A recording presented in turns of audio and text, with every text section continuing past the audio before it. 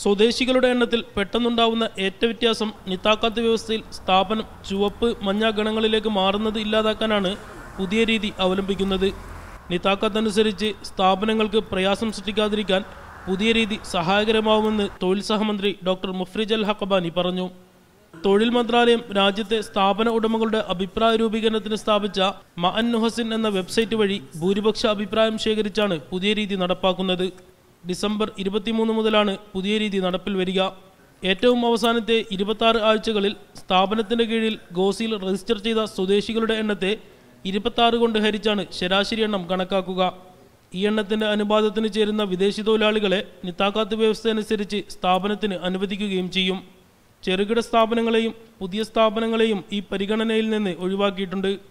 രാജ്യത്തെ നിരവധി സ്ഥാപനങ്ങൾ നിതാക്കാത്ത് വ്യവസ്ഥ അനുസരിച്ച് ആവശ്യമുള്ള സ്വദേശികളെ നിയമിച്ചിട്ടുണ്ടെന്നും സ്വദേശിവൽക്കരണത്തിൽ ഇത്രയധികം മുന്നോട്ട് പോയ സ്ഥാപനങ്ങൾ മന്ത്രാലയത്തിന്റെ പ്രശംസ അർഹിക്കുന്നുണ്ടെന്നും സഹമന്ത്രി പറഞ്ഞു.